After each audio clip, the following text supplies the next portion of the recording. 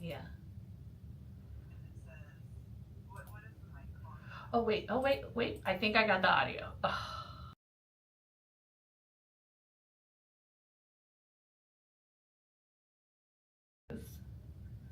When the properties box is open, it appears to work. Can you tell me if you can hear me?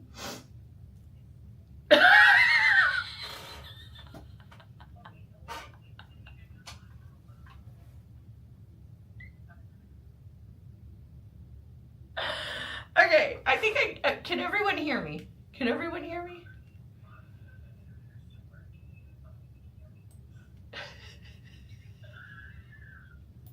All right, thank you, Belinda.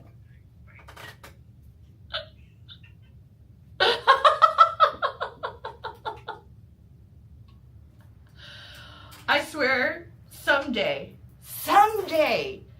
our software will work in its entirety, and you will be able to hear me. I'm so sorry. The weirdest thing is, hold on, let's see. Okay, you see, now, for some reason the audio works if I have this open. Is the desktop audio gonna work if I have this open? Let's see. No. Okay, I might have to do the same thing for desktop. Jesus H.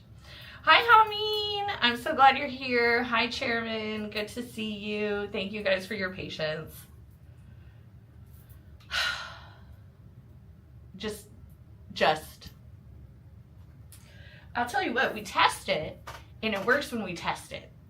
But then I'm here alone, and Belinda's not here, so it won't work for me. There was actually a time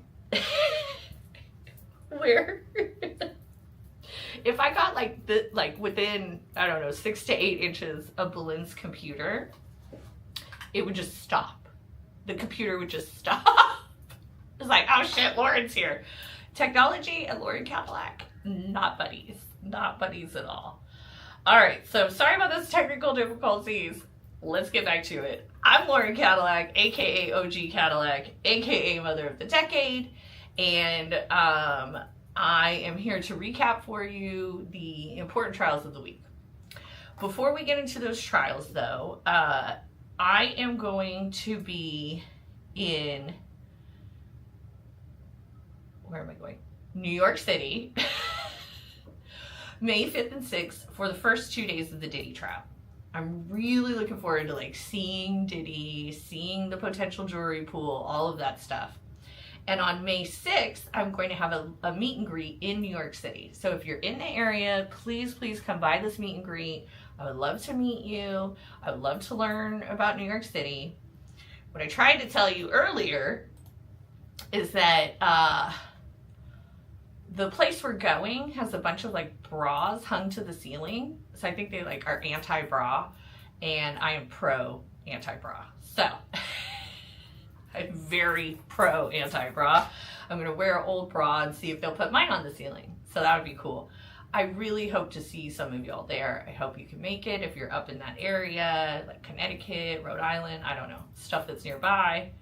Geography is not my major.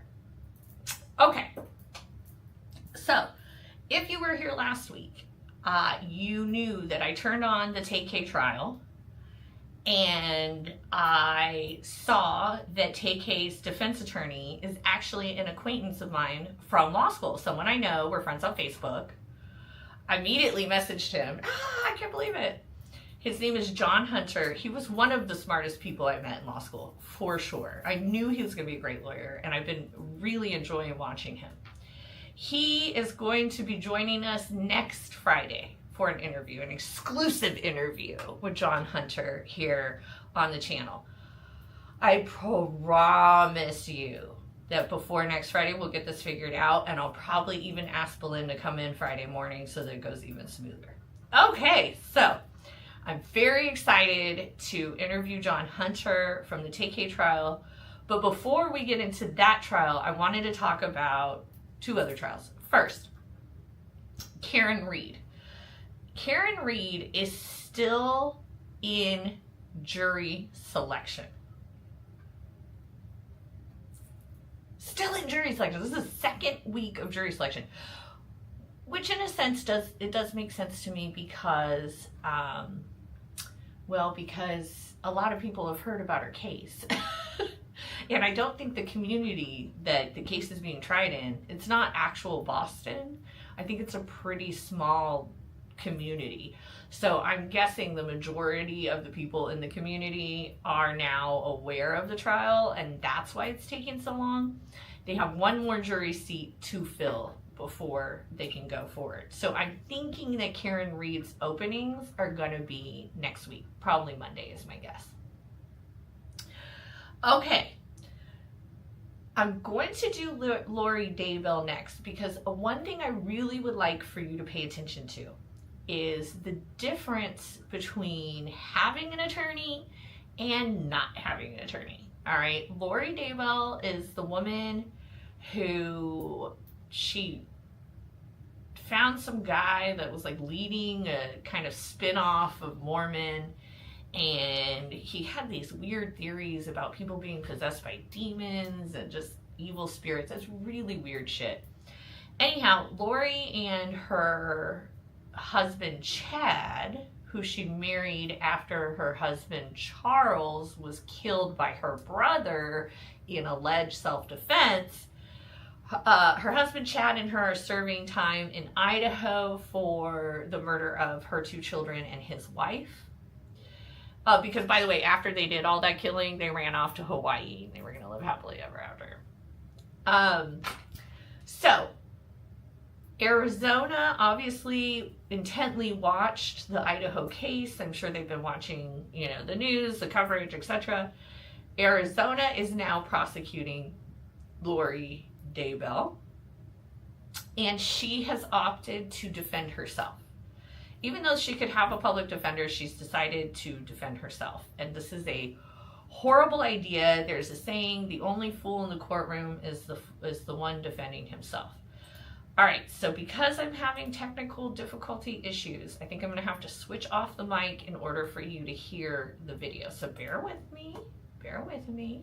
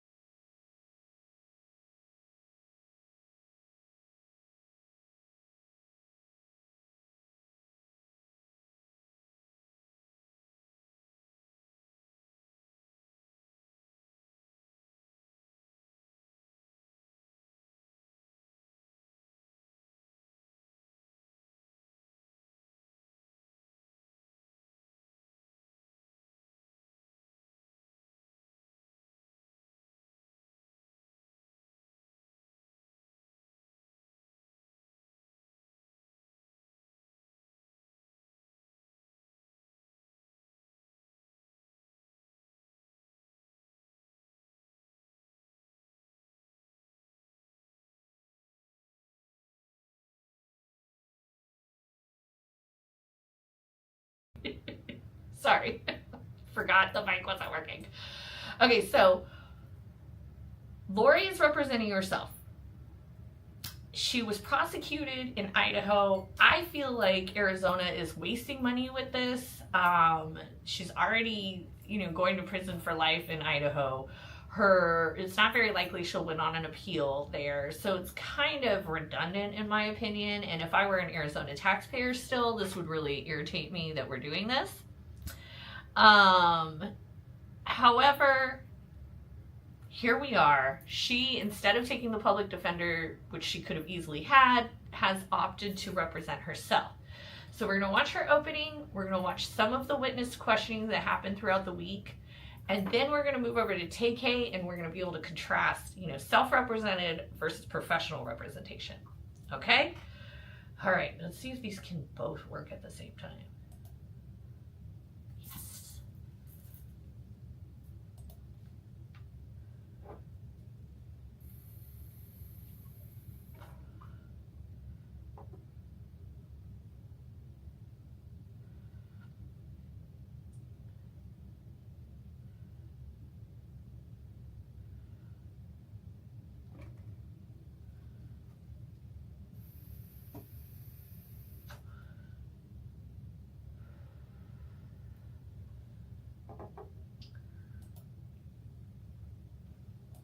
One thing she does a really good job of in this opening is repeating over and over, the evidence will show, the evidence will show. So in terms of opening and like the legality, she nailed that part.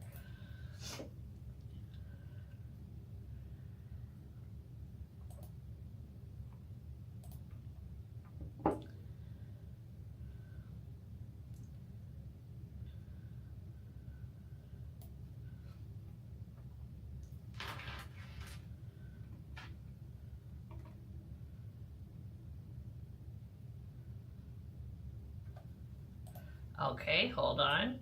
You can hear me and not the video. So I'm not going to talk while we watch the video.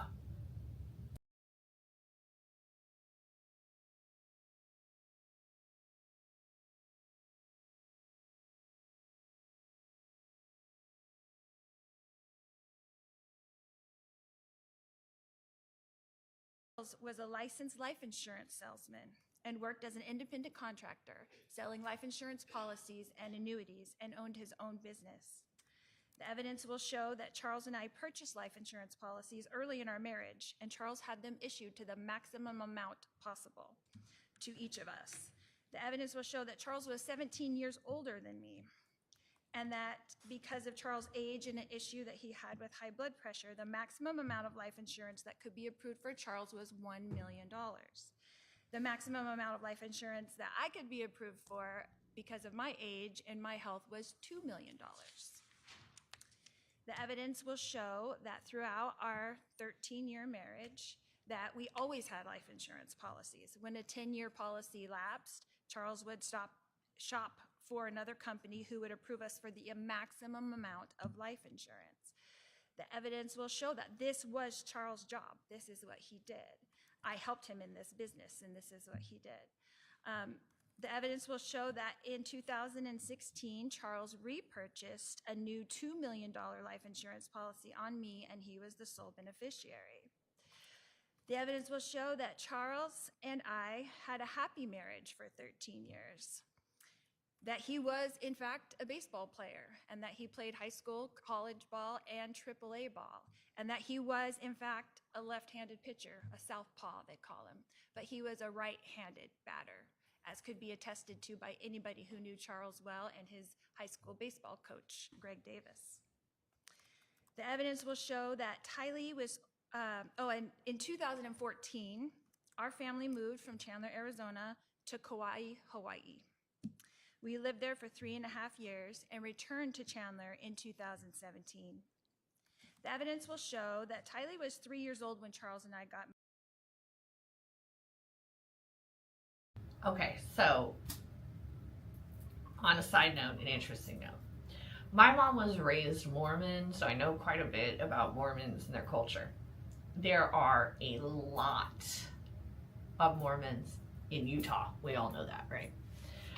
There are a lot of Mormons in Mesa and Gilbert, Arizona. Those are like the second Mormon headquarters. And there are a ton of Mormons in Hawaii. When the Mormons went to Hawaii, they found that the Samoan culture and the Mormon culture were pretty easily kind of blended. The Samoans are very pro-family, and so are the Mormons. So they had already a lot in common. And so actually you see quite a few Samoan Mormons, and you see a lot of Mormons in Hawaii. There are also quite a few Mormons in Idaho. My grandparents are Mormon, they live up there. So all of these places she moves to are all kind of like Mormon hotspots, so to speak. So like if you're a Mormon and you're moving into these places, it's going to be really easy to create a community and to have friends and that kind of thing. It makes it a lot easier to be moving around as she is. Like you're going to hear they move around a lot. And not just like houses from, one house that had a pool, a house that didn't have a pool, same town. Like we were talking everywhere. Interestingly though, Charles and Lori met in Austin, and Austin is not a Mormon hotspot at all.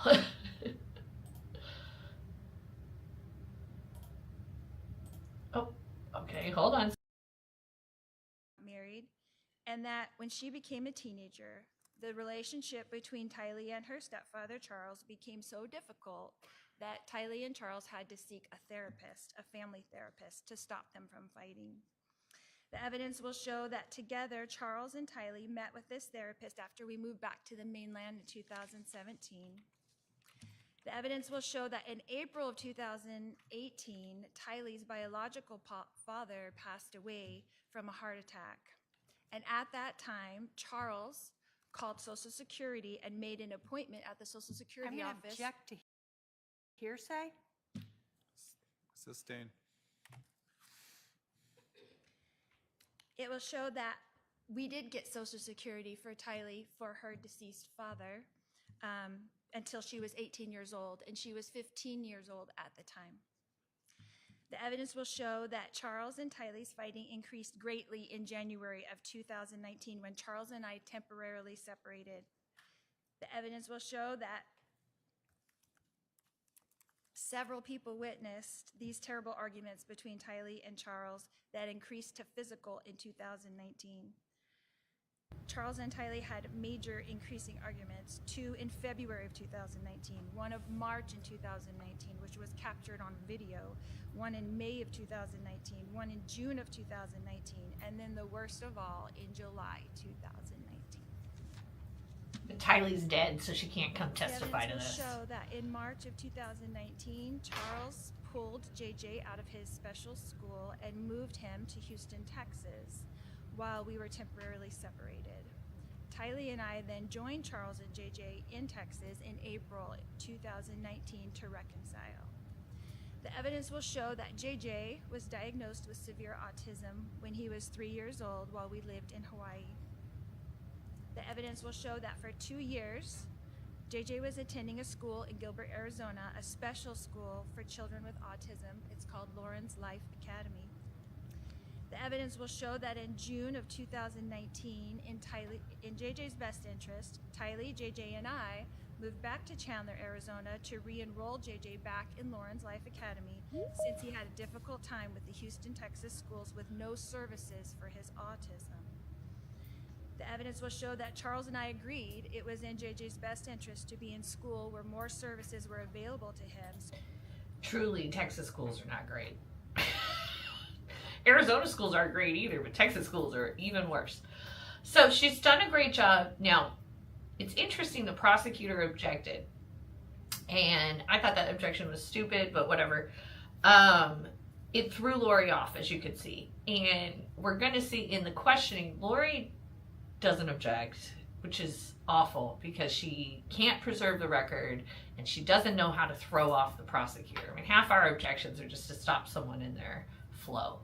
So Charles and I rented a house here in Chandler. On the day in question, July 11th, 2019, Charles and I were renting two houses. One in Houston, Texas, where he mainly resided, and one in Chandler, Arizona, where I resided with our two minor children, Tylee and JJ. By this time, our three older boys, Colby, Cole, and Zach, were adults and not living at home any longer. The evidence will show that. I wonder how his sons feel when she calls them our sons, because they're not hers. And she killed his dad. I mean, she was instrumental in their dad dying. It would piss me off. During the months of June and July, that my husband, Charles Vallow, began to send me threatening text messages. These messages were seen by my sister Summer, and that worried her. The evidence will show that Charles insisted on flying into Phoenix on July 10th, as we've heard from the state.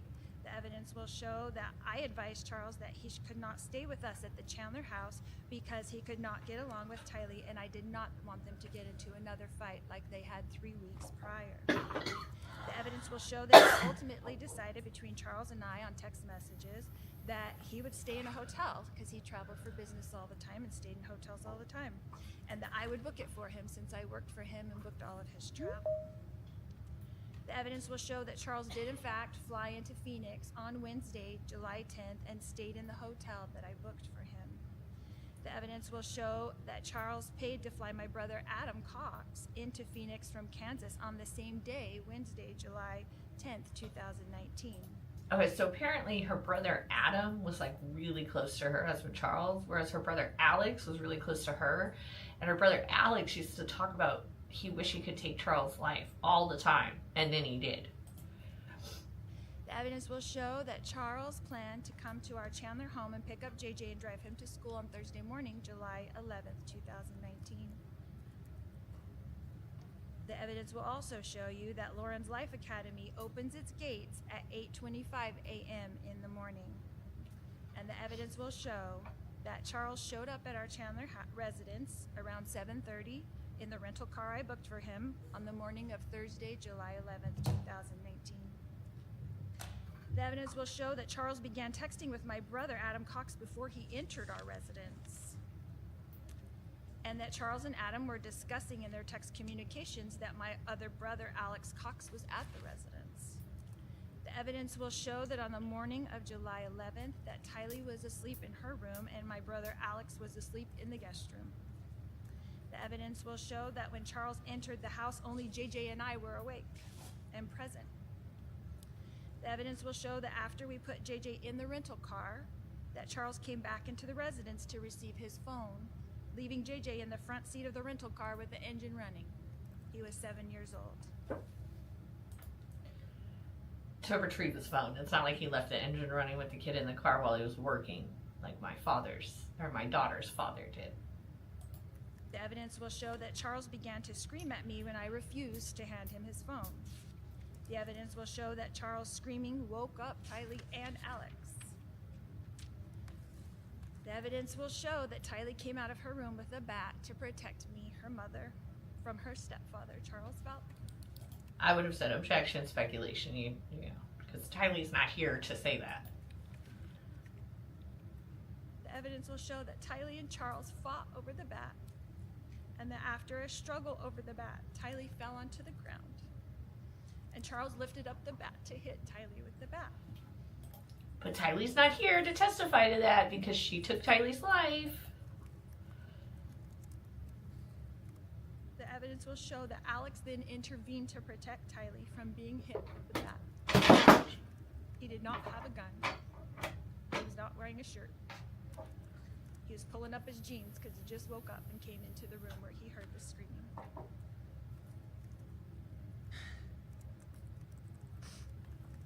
The evidence will show that Alex and Charles got into a physical struggle for the bat and fell onto the ground.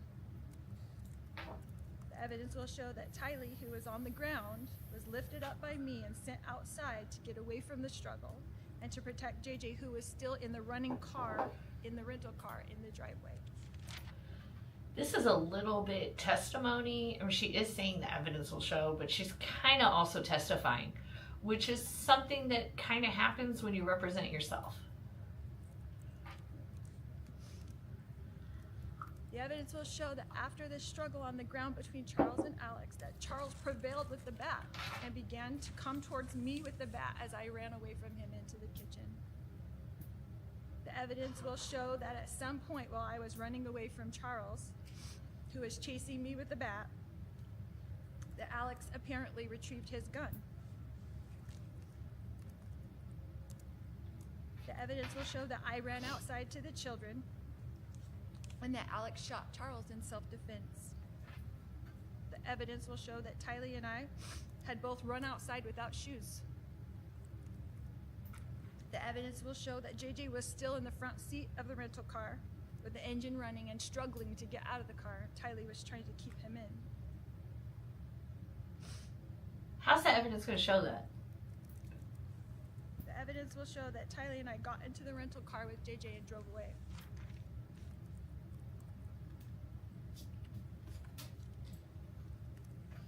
The evidence will show you that I drove the children away from the residence towards JJ's school.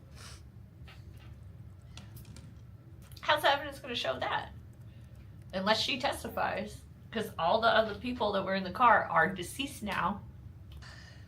That I drove the children through the Burger King drive-thru that Charles had promised JJ. The evidence will show that we continued to drive towards JJ's school and that the gate was not yet open at JJ's school. So we drove a block west of the school to a Walgreens where I ran in to purchase flip-flops for Tylee and myself so that we could walk JJ into school on the hot pavement.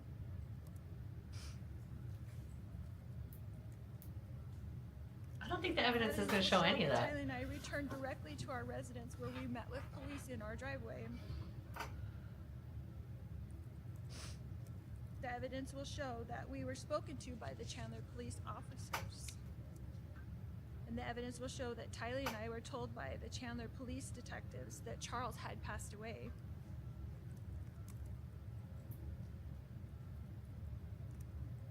The evidence will show that we were put into a police van and driven to the Chandler Police Department. The evidence will show that Alex was taken by police in a police car to the Chandler Police Department. And that we were all three separated into interrogation rooms and we were each interviewed. He was very kind to us. The evidence will show that after speaking to the victim's advocate, that Tylee, Alex, and myself were put back into the police van and driven back to our residence. We were directed by the Chandler detectives to take the rental car and return later to the residence after we picked up JJ from school. The evidence will show that we did as instructed by the Chandler detectives. I don't think so. Evidence will show that we drove to Alex's residence where we attended to the wound on the back of his head. The evidence will show that Alex was then contacted by the Chandler detectives to return to the residence so that Alex could walk them through the events that occurred with the detectives at the residence. The evidence will show that Alex, Tylee, and I did return to the residence as instructed. And the evidence will show that Alex entered into the residence with Detective Moffett, but that Tylee and I were met by Detective Inkland in the front yard. The evidence will show that at the time, Detective Inkland asked Tylee and myself if we had Charles' cell phone. Tylee retrieved Charles' cell phone from the rental car and gave it to Detective Inkland at 3:11 p.m. on July. Hold on. Hold on.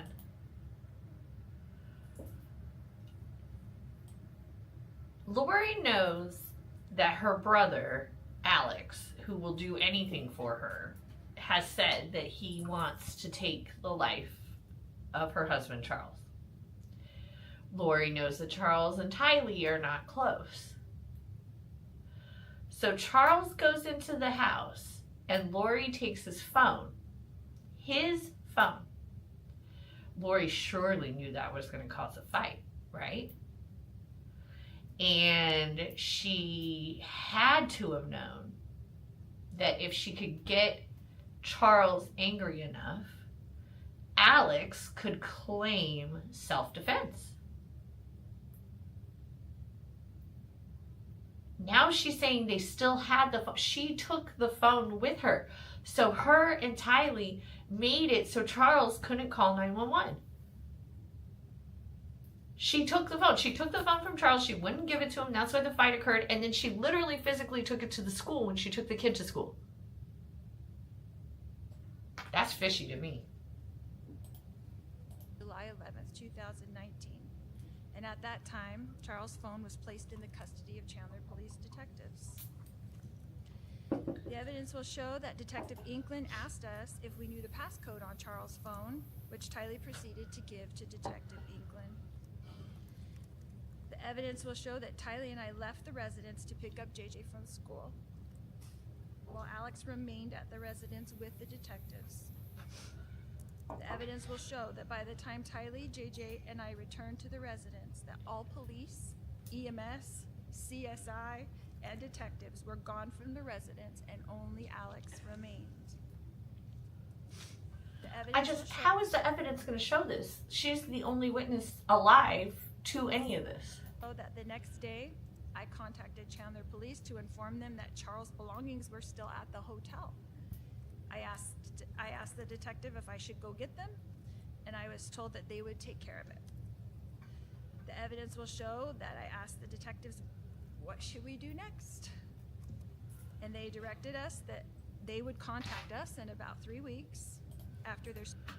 Okay, so she talks about a lot of evidence that is going to be shown that doesn't really apply. It's a bit like testimony. I don't know why the prosecution didn't cut her off more.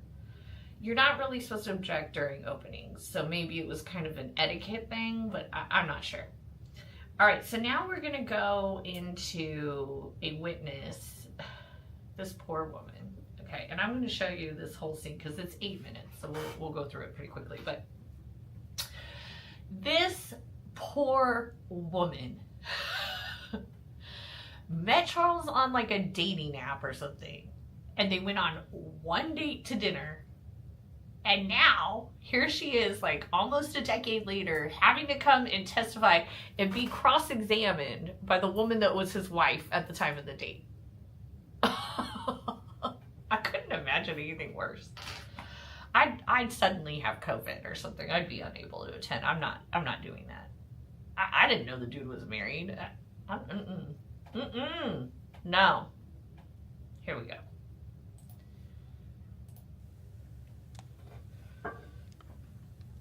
Nancy Joe, right? Correct. And we have not met before, correct? If not, Okay. And you stated that your husband, or my husband, told you that he was going through a divorce. Is that correct? that's correct. And did you have any way to verify that? No, I didn't try to verify that. Okay. So did We could all verify. Actually, we just go look at the county records and make sure a divorce has been applied for. it surprise you later to find out that we were not in the process of a divorce?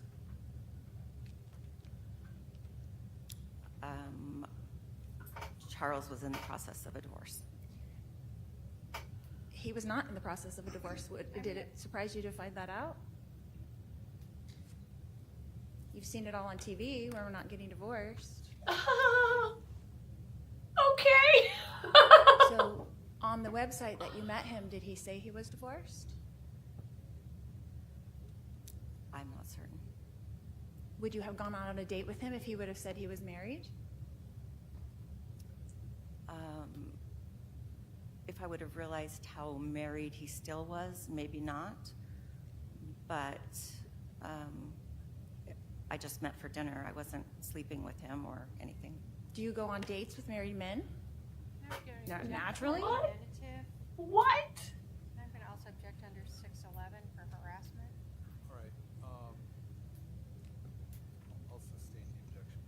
Good. Your Honor, do I not have a right to cross-examine this witness for what she has already testified to? You can cross-examine her about what she's testified to.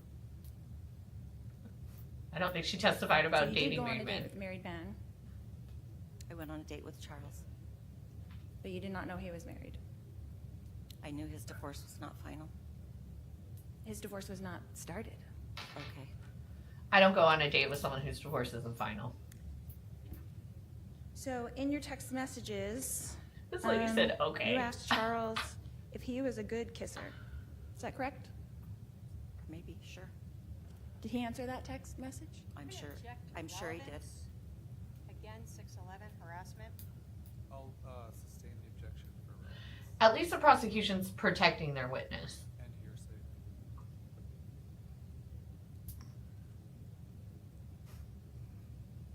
So are you trying to tell me and this jury that you went on one date with my husband and he told you all the details of our lives? Did she He's say telling that? you the truth, and that's what I know. So you spent your whole date getting to know each other, talking about me. Don't flatter yourself. No, we did not spend the whole time talking about you. I love this witness. You knew a lot about me, right? I knew what I've testified to. What else did you talk about on your date? Lots of things. Like what, for instance? Life, kids, the church, lots of things. Okay. Did he tell you about anything about our other 4 children? Yes, So you knew that we did have 5 children as well? I did. Okay. Did he talk to you about my daughter Tylee? He did. Did he talk about his relationship with her? I don't recall that. Did he talk about the contention in his relationship with my daughter Tylee? I don't recall that. I'm sure you don't. Oh, Lori. Objection. By the defendant made after questions. Yeah. Testifying. Sustain the objection. On your date, you talked about my husband was a life insurance salesman, is that correct? I knew he did something with money and insurance, but I really didn't know the details of what he did for work. Like I said, I don't ask the details about what someone does for work when I'm trying to get to know someone. But you knew that he sold life insurance. You stated that. I believe that I had a vague understanding that he did something with insurance. And then he brought that up again at dinner. No, we didn't talk about. Okay, first of all, why don't you talk to someone about what they do when you're getting to know them?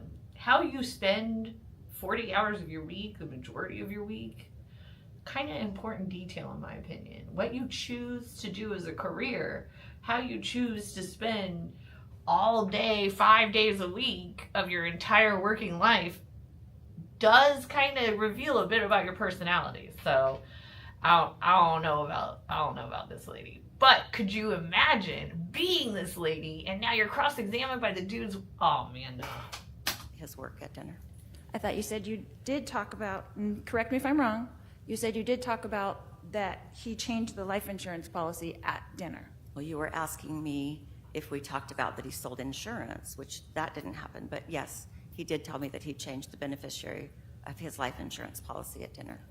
Did he tell you how much his life insurance policy was for? Yes, he did. What did he say? $1 million. Did he tell you how much my life insurance policy was for? I do not recall. You don't recall? We didn't talk about you very much in that vein. When did you talk to him about me very much then? If it wasn't at dinner, was it in your text messages? We were talking about what he was going through in the process of separating from you, not about what your life insurance policy was worth. And we talked about you on the phone, and when I say you, meaning what he was doing as he was going through this separation. So let me understand. You were dating some different men on this website, right? From the websites. Sure.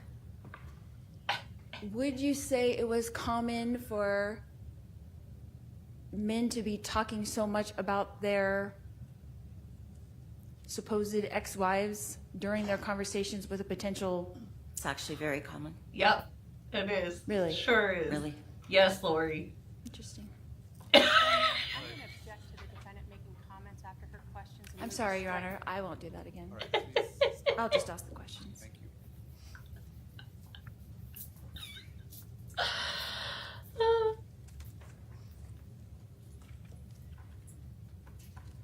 So there were some text messages between you and my husband after the dinner on July 10th. Is that correct? Correct.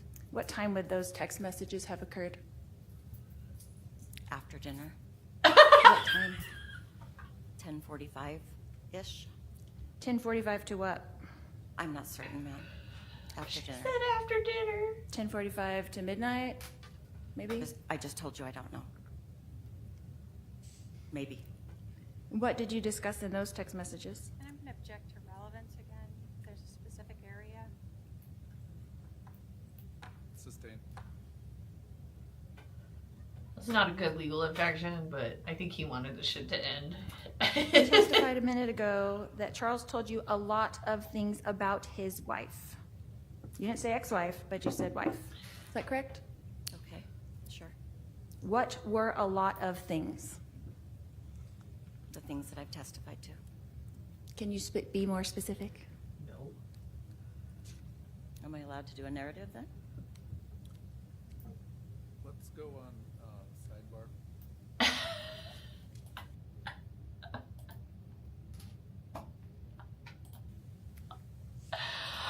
Oh man, if she had a lawyer, I am guessing she would not have, she would have objected to that witness. That witness probably wouldn't have testified. I mean, I can't see how that witness really has any relevance to what happened on the day of the incident, you know. So, oh, but Lori, just, you know, as an ex, I would love the chance to put someone on cross-examination like that. That poor woman.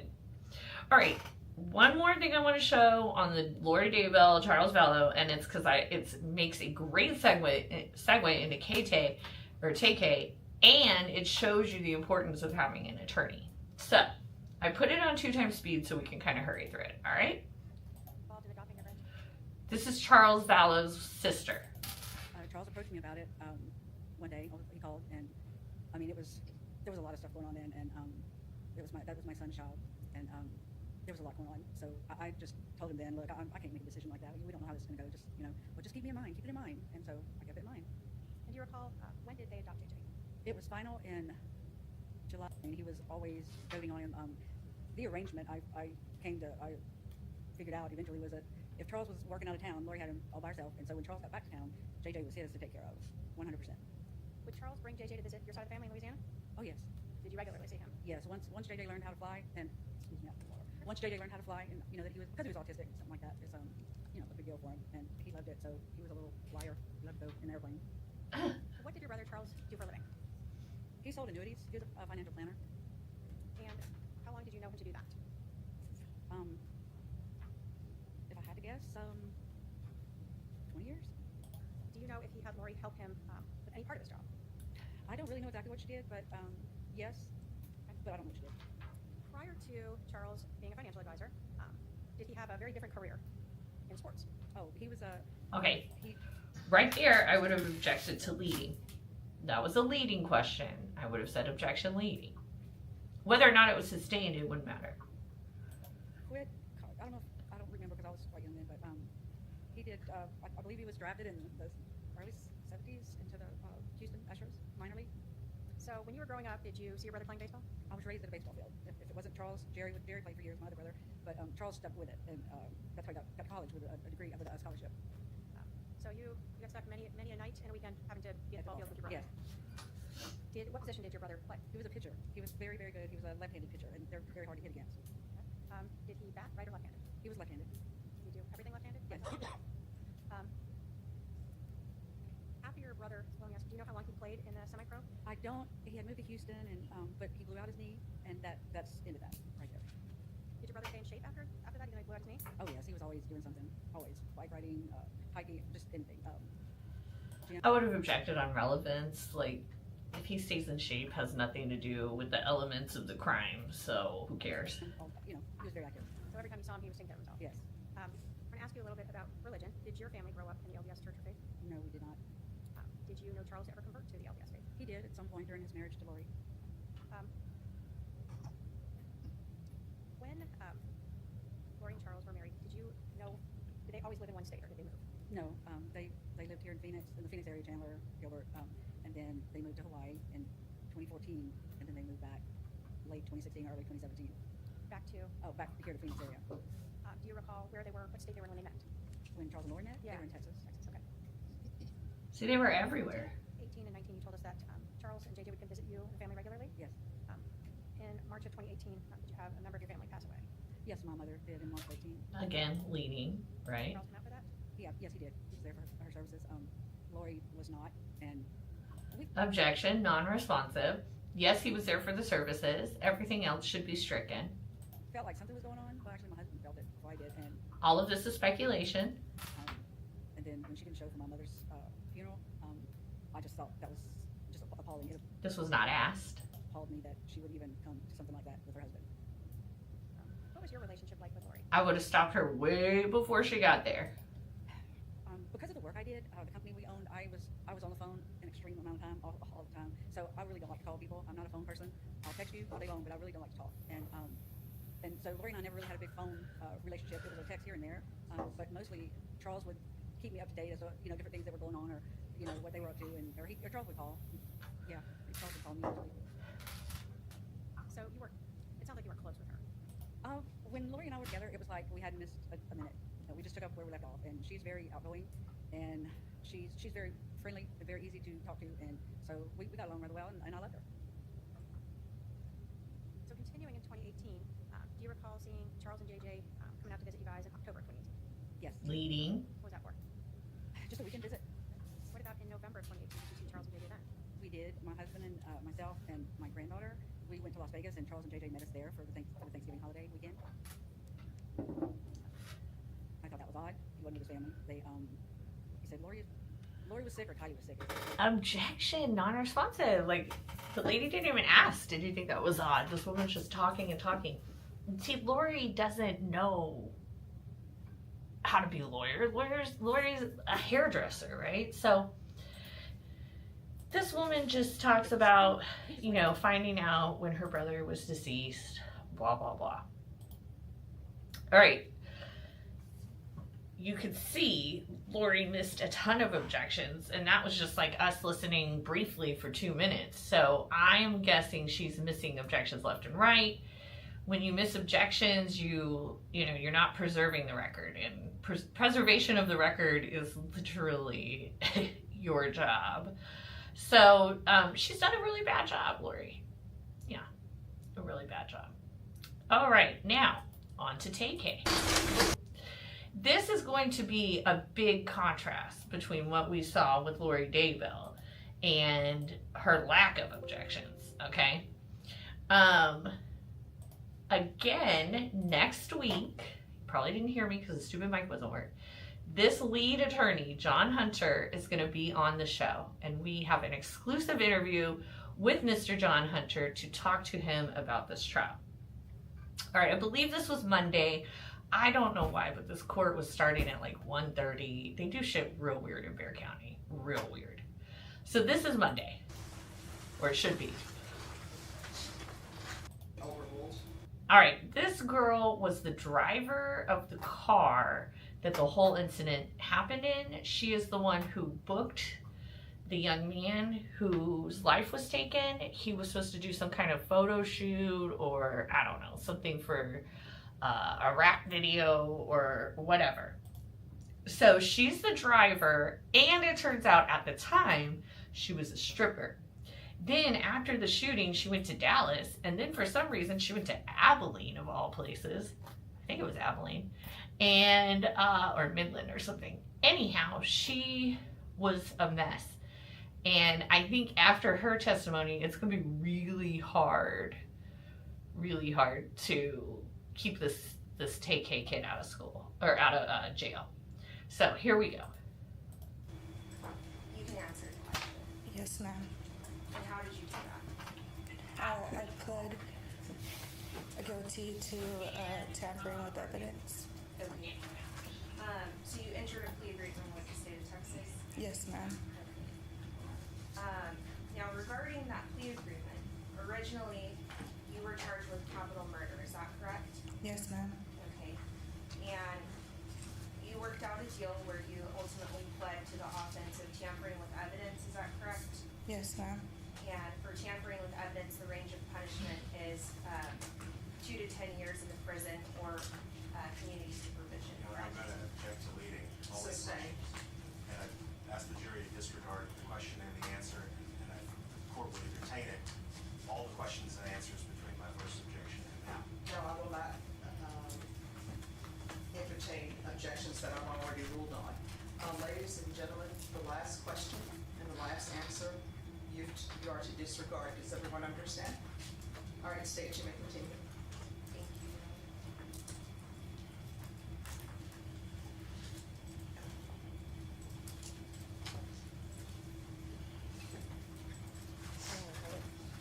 So I'm showing you what's been marked for identification purposes as State's Exhibit number 117. Do you recognize this document?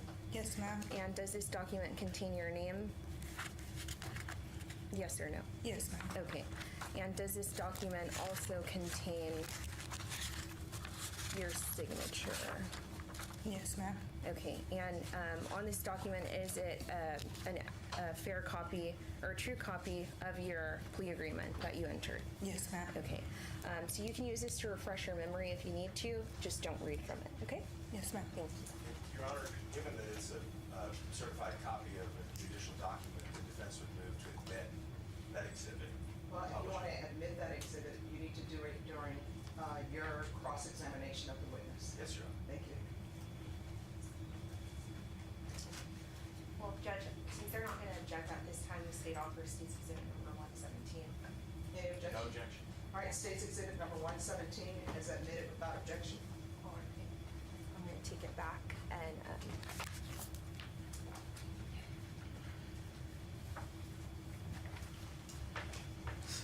they have permission to publish it. Go ahead.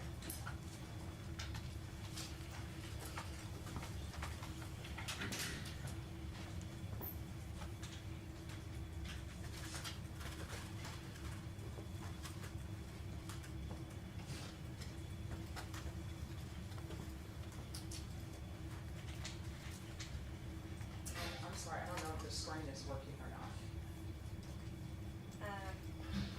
Oh, good. All right. So, Ms. Reyes, I think where we left off was what was the range of punishment for the offense of tampering with evidence. Are you able to see the document up there on the screen? Yes, ma'am. Okay.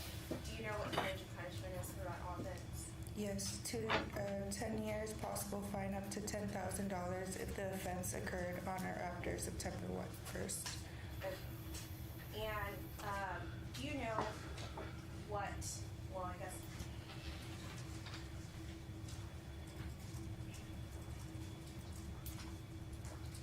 and as part of your agreement, what was the punishment that was agreed upon that you were to be sentenced to?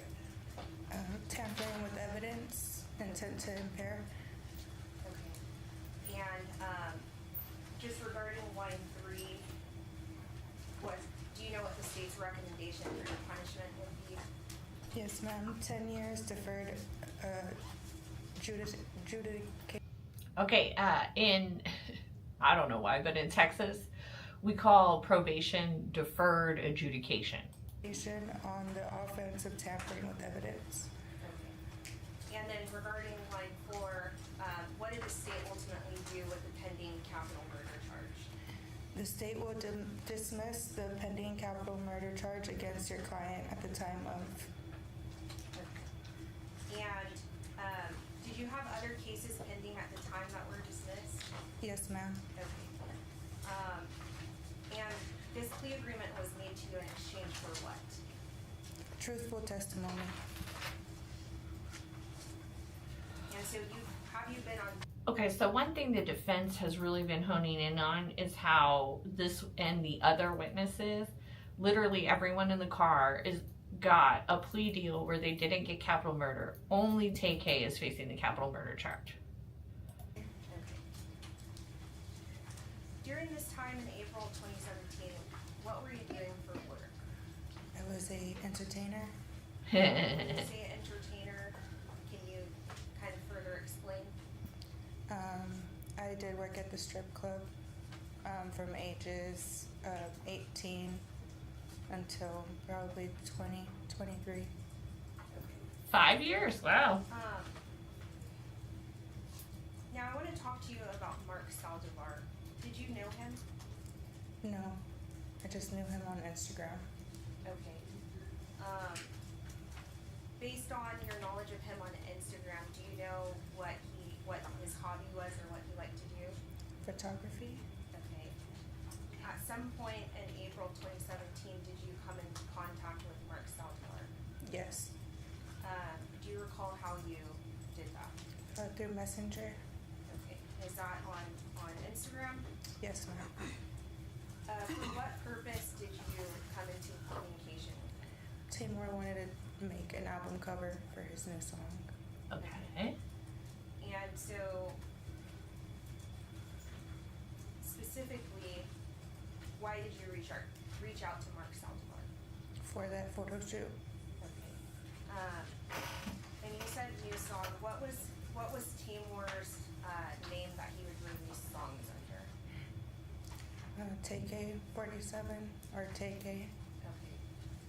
And regarding Jalen Bell, did he have any nicknames that he would go by? Pimpies or Pimp. Okay. It's not a good nickname. Now, why was Mark Saldivar picked as the person to do the photo shoot? Because he was offering to do it at low cost or no cost at all. Okay. And were you supposed to be part of this photo shoot? Yes. Do you know what the plans regarding you were for the was supposed to be in lingerie and with props of guns and marijuana and with a mask also. Okay.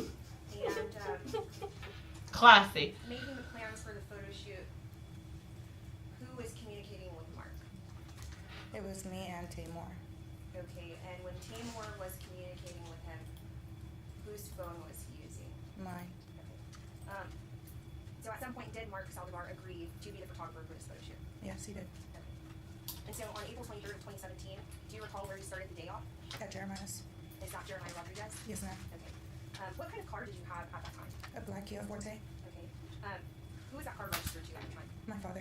But who was the one that was driving it? I was driving. All right. Do you recall how your hair was on that day? I was wearing a blonde wig. And what did you have planned to do that day? Just a photo shoot. And who were you with for the photo shoot? Tay-K and Jalen and Jeremiah. All right. Did you guys go anywhere altogether? Yes. Where? To Mark's house. And what vehicle did you all use to go to Mark's house? My vehicle. Okay. And who was the driver? Or when you guys got into your vehicle at Jeremiah's house, who was in the driver's seat? I was. And who was in the front passenger seat? Tamor. Who was sitting in the back directly behind you? Jeremiah. And who was sitting in the back directly behind Tamor? Jalen. Do you recall what color shirt Tamor was wearing? White. And just, can you explain Tamor McIntyre's appearance? As far as his skin color, how would you describe it? Hey, another CG. How are ya? And hi, hippies. Do you know what his race is? Yes. What is that? African American. Would you describe him as a light or dark skinned African American? Dark skin. Okay. And regarding his height, is he tall or short? At the time, he was my height. And was regarding his build, was he skinny or Skinny. Now, regarding Jalen's appearance, or do you know Jalen's race? No. Regarding his skin, his race. Now, you stated him up directly in front of his house or down the street from his house? Possibly diagonal. Okay, so not directly in front of his house. No, no. Okay. Do you know if Mark Saldivar had anything with him when he got into your vehicle? Objection, lady. Overruled. You can answer the question. He had a bag with him. Okay. Do you know what was in the bag? No. Okay. Did he have anything else with him? His camera. Okay. Objection, lady. Overruled. Do you know what kind of camera it was? It was a white Canon.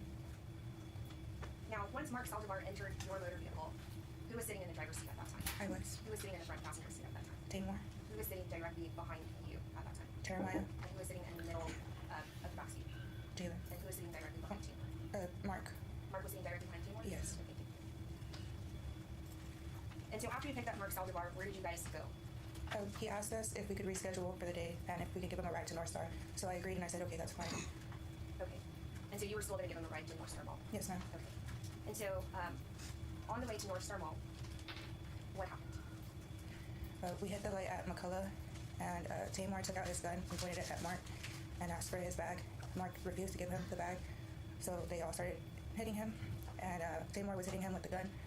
And the whole time I didn't look back, but when I did, I saw his face, and I started telling them to let him go, and I just kept screaming, let him go. And Jalen opened the door and started pushing him out, and he was fighting to get back in the car, and then they didn't want him in the car, so he went around the car and he... Okay, hold on. Hold on. The kid gets in the car, says, I gotta cancel for today, but can you give me a ride to the mall? They get on the way to the mall. They were damn near the mall when this happened. And they try robbing him. And he says, no, you can't have my bag. And then they push him out of the car. Why is he trying to get back in? If Talon had been hitting him with the gun, what the... Look, if I'm in the backseat of the car, somebody starts pointing a gun at me, I'm getting out. I'm getting out. Like, I'd rather eat the road than a bullet. I didn't realize that part. That's shocking to me. What the was that kid thinking? He jumped on the hood, and the light turned green. Okay. I'm going to stop you right there, okay? So, when you all were at the light on McCullough, you said Tamor produced his gun, correct? Yes. And who did Tamor have the gun pointed at? Mark. And what was Tamor saying when he had the gun pointed at Mark? To give him his bag. And so, once And dude tried to get back in? the light turned green, what happened? He pointed the gun at me and told me to start driving. So I started driving. I didn't know where to go, so I turned it to the first place that I saw, which was the Chick-fil-A. once I turned into the Chick-fil-A, he kept yelling at me to get him off the car. I didn't know how to, so I was just going back and forth really quickly. And then Mark picked the windshield, and Tay-K opened the door and shot him. Okay.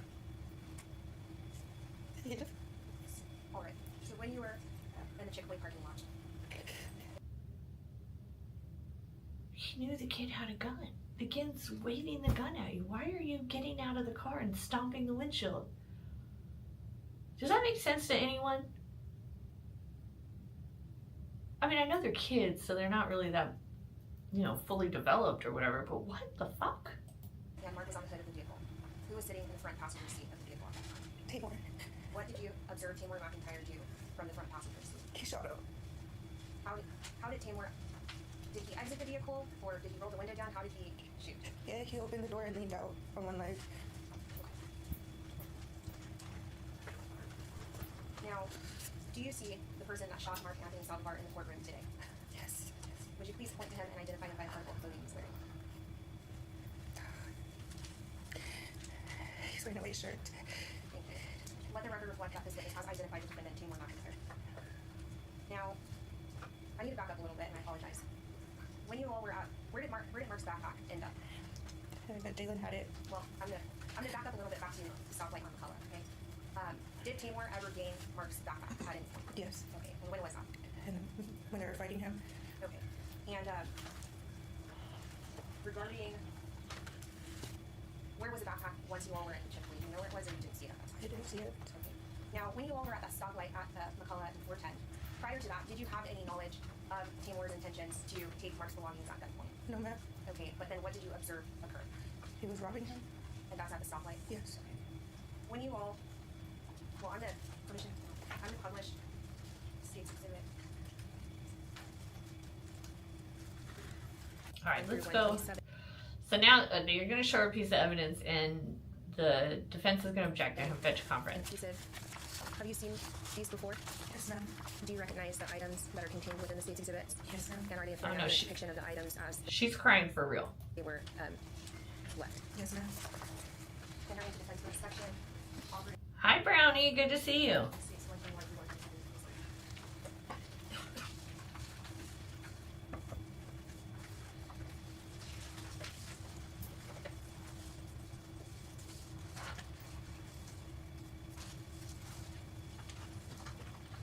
Obviously, defense has an issue. They go to the bench. Yes. Yeah. All right. Then they take some breaks. The girl comes back. As it relates to what happened later, and it relates to, She's being cross-examined. Actually, my foundation, with regards to time. was there a party the weekend of this incident that you attended with Mr. McIntyre and others? That weekend, no. Okay. But you and Mr. McIntyre and Mr. Bell were all hanging out? We were together, yes. Was Jeremiah with you? Yes. But you weren't staying at Jeremiah's house that night before this incident, were you? Yes, we were. Okay, are you sure of that? Very sure. Okay. If Jeremiah disagrees with you, Jeremiah is not telling the truth? Correct. Okay. And you all took drugs that night before, didn't you? I didn't, they did. Okay, well, you say you didn't. Let's be more specific. They took LSD, didn't they? Yes. And you didn't take LSD? No. You smoked marijuana, though, didn't you? I was completely sober. You didn't smoke marijuana or do cocaine? No, not the day before. Are you sure? Yes. But you had done it recently? Previously, yes. Okay. And so, Mr. McIntyre and Mr. Bell were taking the LSD sometime in the evening hours of Saturday night before this event on Sunday, right? Correct. Okay. And you have any experience of taking LSD? Yes. You're aware it's a very long-lasting drug, right? Correct. So it may not be that they were acutely intoxicated, there would still be effects 24 hours later. Objection, speculation. In your experience, you could still be having effects 24 hours after the fact, right? Yes, but it didn't seem like that. Okay, I'm not asking you what it seemed like, I'm just asking what your experience was. So, that night before, there had been a conversation about the photo shoot. Part of that was to promote your career as a dancer, wasn't it? No. Okay. You say it was because Mr. McIntyre was wanting an album cover? Correct. But you're aware that Mr. McIntyre has a producer and that he has people that do photo shoots for him and that all of those types Objection, of things? You irrelevant, don't? and speculation. The state is objecting to relevance. Well, it's relevant because I'm just asking her if she's aware. It goes to whether or not she understood the framing of this correctly. All right, that objection will be sustained. Okay, when they object to relevance, the door is open to lay out your whole case. He didn't do that. I would have. Well, Your Honor, my client's been charged with this crime, and she is this, and this is this, and this is why that. Style differences. So, you contacted Mark through Instagram, right? Naked pictures. Yes. And because of those things, you had blocked Mark previously, right? Yes. And then you had activated a new Instagram account, and that's how Mark got a hold of you on this occasion, right? I had that account for a while. Okay, but he resurfaced as an Instagram correspondent. Correct. On a new account, right? Correct. And on this occasion, the discussion was displaying you in lingerie, correct? Yes. And so those were the circumstances that were going on during the evening hours of Saturday leading up into Sunday, when we're making arrangements to have this photo shoot where you would be in lingerie, correct? Correct. All right. And you said, I believe on direct examination, that he had agreed to do this for little or no pay, right? Correct. And so you all were thinking about doing the shoot somewhere near the North Star Mall? Correct. Okay. And when you arrived, he walked out from his house and he got in the car and he saw that it was you, Jalen, Tamor, and Jeremiah, right? Correct. And that wasn't something you had explicitly discussed with him before, was the fact that there'd be other men there, right? He knew Tamar was going to be there. You didn't know anybody else was going to be there, right? When we said multiple people, Okay, when did you tell anybody that? with the text, Let and me we back up. communicated with him. Let me back up a moment. You have given statements to the police in conjunction with this case, right? Correct. And you have given statements under oath when you entered your plea of guilty to the plea agreement, right? Correct. And you didn't tell anybody that you had explained to Mark that there would be a bunch of men present at the photo shoot, did you? No. Okay. So Mark gets in the car, and immediately, once y'all are rolling away, the photo shoot's called off, right? He asked to reschedule for a later time that day. Okay, that's calling off the photo shoot, isn't it? It's rescheduling. Okay, so Mark's still driving away with it, right? Correct. He asked for a ride to North Star. And you told the detective that you were confident Mark's intention was to have sex with you that day, right? No. You don't remember telling the detective that? No. Refresh your recollection to look at your statement to the detective. You can.